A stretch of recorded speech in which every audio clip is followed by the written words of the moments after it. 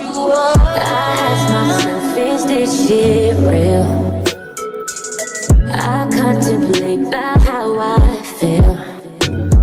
Just because these athletes or frat boys have these traits, you know, let us in his chest or throwing a football, it doesn't mean you gotta get knocked up for him. Kevin Samuels was definitely a very controversial figure. He brought a lot of things to light that many people were scared to say or just didn't want to talk about. Children can come out of whatever I do. I can be 70 years old, and as long as I'm not shooting blanks, I can make babies. You can't. Love him or hate him, he was definitely a major influence on the way that we see relationships between men and women, especially men and women in the black community forever. Cause I'm stingy. I'm stingy with the puss. I find it funny that women like yourself, baby mamas, all of a sudden want to get stingy with the puss after you done gave your womb up before a ring. Yeah, he brought the relationship guru to the forefront. Yeah. So he didn't just talk about women, he talked about men as well. You got a big dick? I mean, it's above average. I ain't no Ron Jeremy. No. I asked you if you had a big dick. I just said it was above average. I don't know what that is, really. You know if you got a big dick or not. Stop the bullshit. But he was most noted for the things that he said about women. I think it's mainly because women are more sensitive. But without further ado, let's get into it. All right. Hello, everybody. Hey!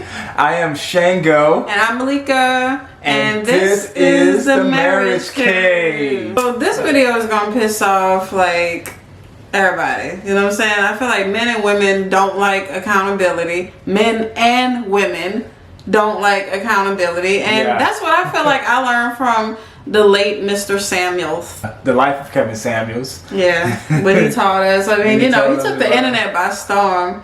So, there's this guy I work with. We call him Smelly Guy. Okay? And his name states, he smells. He stinks.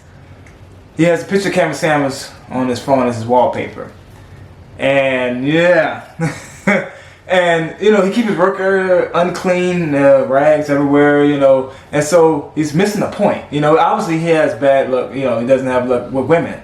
So it's something, he's obviously missing some kind of point, right? You know? And you got this Kevin Samuels and thinking, you know, women don't like me. And it's like, I wonder why. It's like Linus with the little cloud over him. It's like, why don't they like me? No, Linus had the blanket. It's Pigpen. Oh, it's Pigpen. Pigpen had like the little cloud of dust around him or whatever. And you know, if he works with you, that means he has a degree, he makes good money, so he probably thinks, well, I'm God's gift to this earth. Why don't anybody want me? Like, and now he's like verbatim talking about the things that Kevin Samuels say. Thanks. I graduated third in my class in high school, bachelor's degree in chemistry, right? And I like to build computers. I built like a couple of them. All that to say, didn't I have good luck with women? Yeah, I bet you was like into like Dragon Ball Z and shit, right? And comics and Star Wars and Star Trek. So in the black community, you'd be considered kind of a nerd. Back when I was in college, I find that women liked, you know, athletes, particularly football players, and frat boys. Okay, a lot of guys get pissed off with women for like the athletes and all of these different things, but you have to remember this. I mean, from the beginning of time, there was always competitive sports amongst men. I don't care what culture you're talking about. I don't care what time period. You know, competitive sports help bring out masculine characteristics in men. Women are attracted to masculinity. That's, you know, it's not always about just how the guy looks or whatever. A lot of times it's about those inequalities, and that's the thing what I think a lot of men don't understand. You know, confidence, assertiveness, you know, the ability to be respected by other men, be able to work together with other men to make things happen.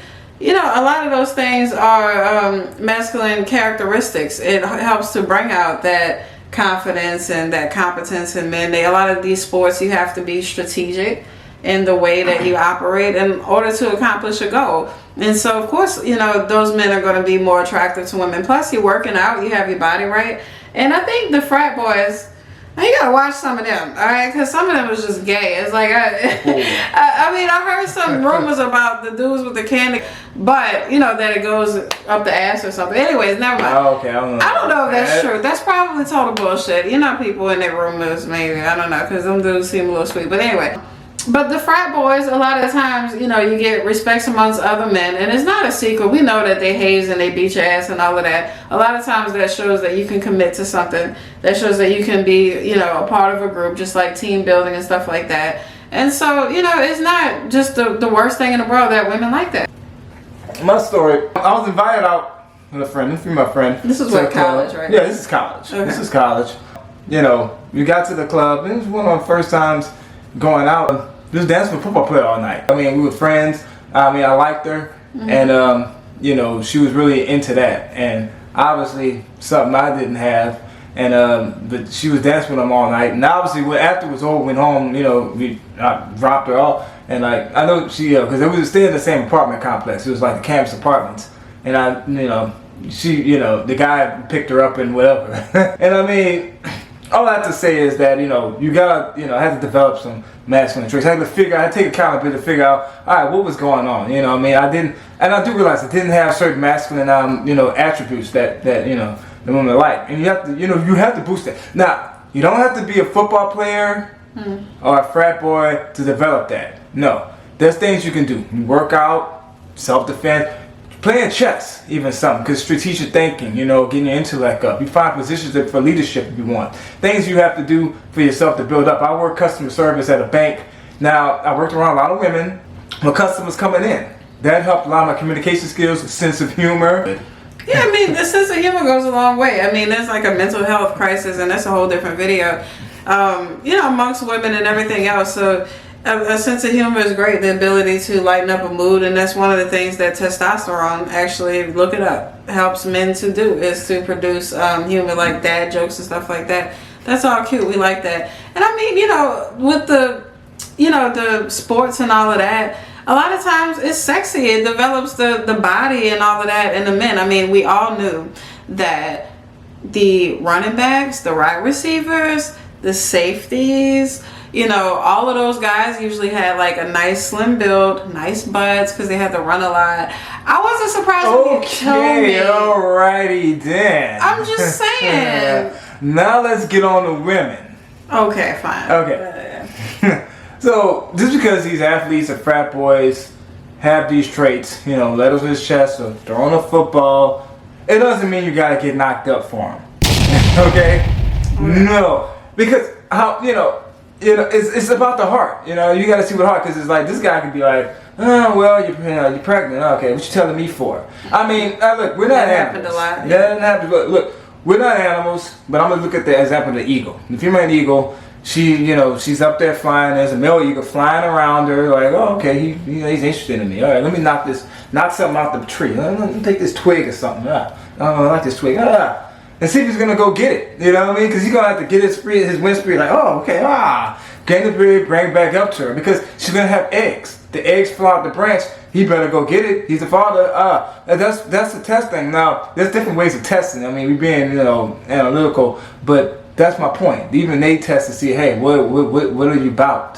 What are you about for like the long term? Kids, family, for me, you know, as a woman speaking, for, you know, for her, what are you about? Yeah, I mean, I would say that comes with, a lot of that came with the lack of a positive male role model in the homes and the lack of father figures in the black homes. And again, that's another video as well, how we got that way and what we can do about it. But, you know, your dad is usually the first one to teach you that self-love and self-respect. They teach you that masculine perspective as far as what men are looking for, what they're not looking for.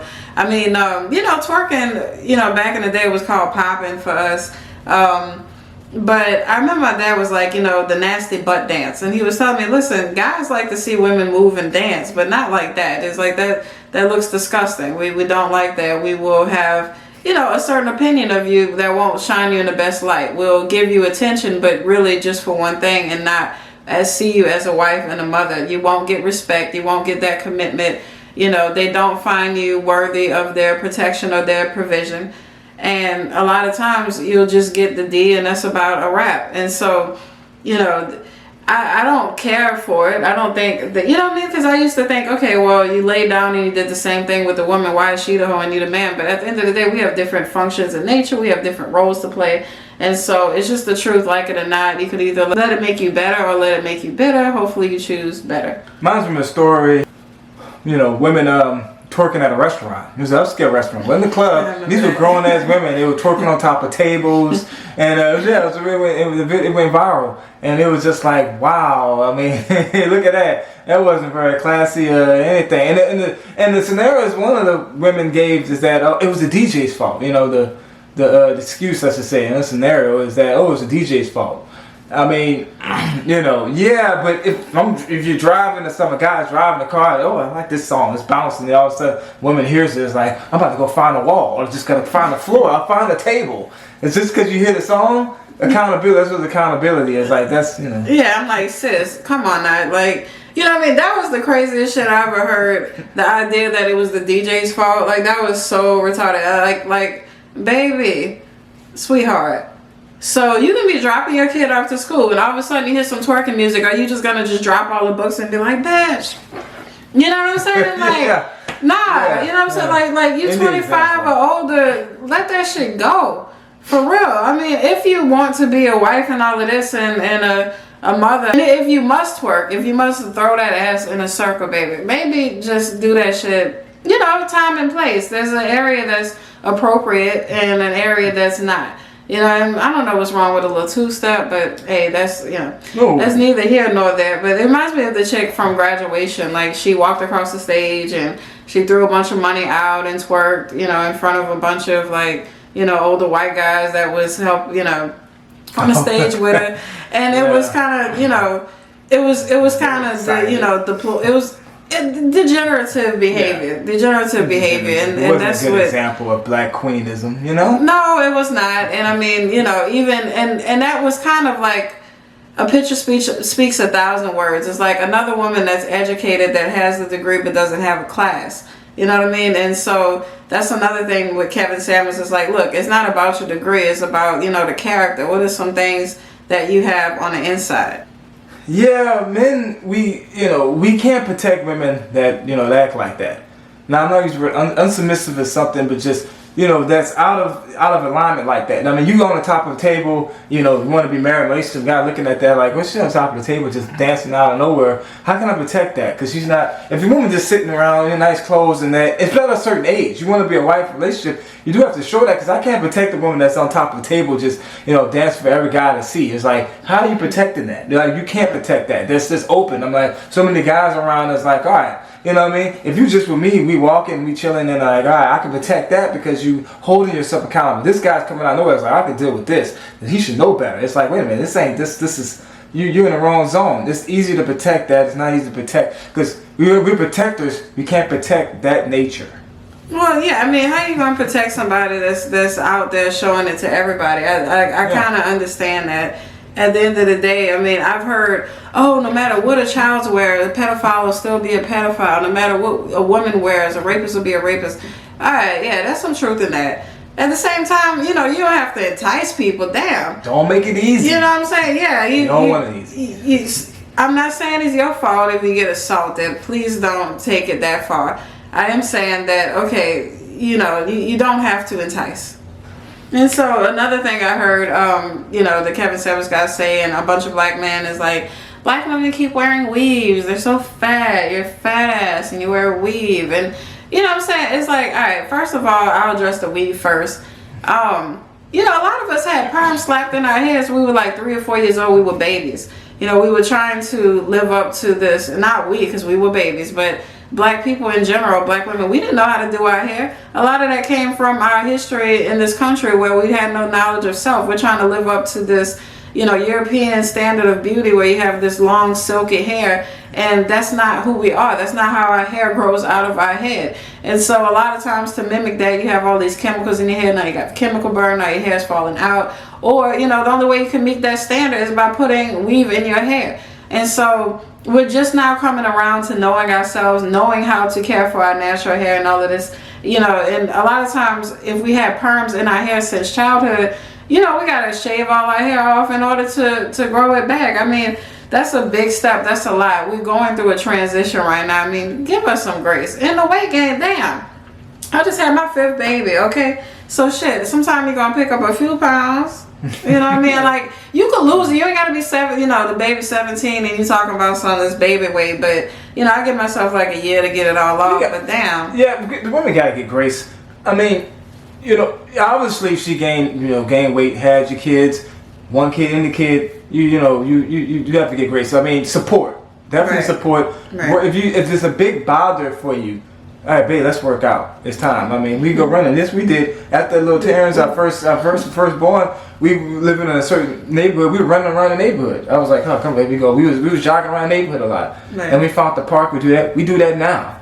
Right. I mean, I'm not trying to be high-minded, but it's just that's some things that it's best to do. Is support that. Or watch the kids while you go work out. I want to say, leading off of that is that ladies, you gotta watch your tongue. Okay, this is the next thing. I mean, it's not fair because the guy better than he may know himself a lot of times. You just know a lot about him, and so you can cut things that penetrate real well. And so there are certain things that men can't do to you because it's that you can't fight back. He can't go back and forth with you verbally like that. Because that's not masculine. And he can't hit you physically. Another guy would say certain things below the belt. We could just be on fighting terms. Really. And with women, he really can't do this, so it's not really fair. Now, I'm not saying take abuse or be a doormat for somebody. That's not the same thing. That's not it. That's not what I'm talking about. I mean, I could dig that. I mean, at the end of the day, yeah, he can't go upside your head, or he first, after you disrespected him, it's like, I'm calling the police if he hits you or whatever. So that's not right to sit there and take advantage of somebody verbally to disrespect anybody. I mean, I know this woman who actually lost her whole marriage over something that she said. She told him that his father hated him so much that he killed himself to get away from him. And so obviously the guy's father committed suicide. She threw that in his face. And, she apologized a million times, tried to get counseling, tried to save the marriage, and he was done. Like, he was moving on. I mean, it was one thing that she said, but it's certain things you shouldn't let come out of your mouth. I mean, when you're married to somebody, you're going to know all the secrets, all the good, bad, the ugly. The whole point of this is to love them through it. This is a life partner. It's like we know each other's scars. We know each other's childhood history, what hurt us in elementary school and stuff like that. Yeah. It's just wrong, to just take that and use it against a person. Luckily, we haven't done that. I mean, we haven't. And men, a lot of times it'll be more physical. They'll go punch a wall or something like that. Women, a lot of times it'll be verbal, and that verbal is just as destructive and abusive to a man as throwing stuff or being overly aggressive is for a man. And for the guys, man up. Don't be a bitch. Yeah, I guess, and that's for men. And for women, it's just like respect yourself. You respect your man. You know what I mean? And ladies, let's respect each other. I'm sick of hearing like, oh, she'll pick me a baby mamas versus girlfriends and, girlfriends versus wives, all this bullshit. You know what I'm saying? Like, respect each other. That's one of the things that I noticed when Kevin Samuels, passed away, was so many women was using like the laugh emojis and making fun. It's like, you got to check your own heart if you happy when somebody died. I don't care if you disagree with them. It's like, you happy that this man is dead, and they sitting there proud of it like, oh, it doesn't matter. It does, because of the things he said and, rotten pieces and all this crazy shit. It's like, all right, babe, you need to see a therapist. Yeah. You're sick. Yeah. No, I'm serious. You're sick. Yeah, if you are happy that anybody is dead, I mean, I wasn't his biggest fan either. At the same time, like, you happy dude is dead, sis, get some help, bro. So, definitely was a Kevin Samuels fan. But the dude did make a lot of good points. Men would like respect. That's the best gift, giving men respect. Now, they have to be worthy of that respect. But, for the man that you love, and that's wherever you do have to show them that respect, give them respect. I mean, we gotta meet each other halfway. Halfway, yeah. Halfway. That's what I'm saying? Meet each other halfway. Meet each other halfway. I want to see more black love, and what I'm saying, black love. If you're not black, don't get offended like, woo.